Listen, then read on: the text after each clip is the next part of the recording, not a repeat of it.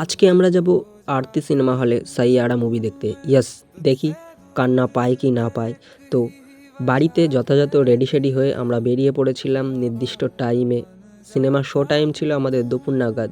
তো সেই মতো বেরিয়ে পড়েছিলাম। আর দুপুর টাইমে বাস একেবারেই খালি ছিল, ওই জন্য আমাদের কোনোরূপ কষ্ট সহ্য না করেই পৌঁছে গিয়েছিলাম বারাসাত।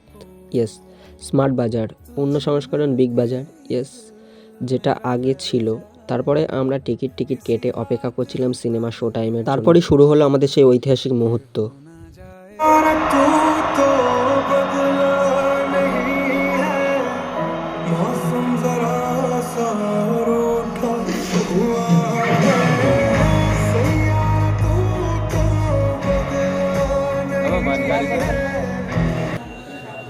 বিশ্বাস করো ভাই, হাসি ছাড়া কিচ্ছুই পাইনি। মানে এসব সাইয়ারা আমাদের জন্য না, যারা কপতি তাদের জন্যই ঠিক আছে। আমরা তো জাস্ট মজা করেছি, এনজয় করেছি আর ফুল দমে হেসেছি মানুষের এক্সপ্রেশন দেখে।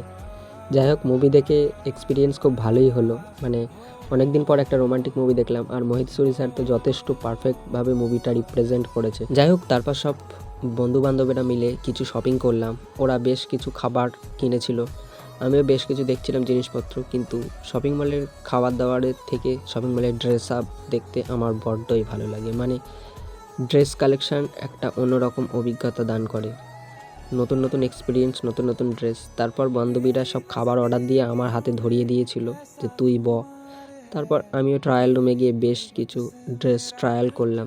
মানে সুন্দর, কালেকশানগুলো সব সুন্দরই এসছে, তবে এখনও সিজন না থাকার কারণে ঠিকঠাক মন মতো ড্রেস আসেনি। যাই হোক, লাস্ট এই ছিল আরতি সিনেমা হলের অ্যাম্বিয়েন্স। ছোটোখাটো অ্যাম্বিয়েন্সের মধ্যে পারফেক্ট। দেখা হচ্ছে নেক্সট ভিডিওতে, ততক্ষণের জন্য বাই।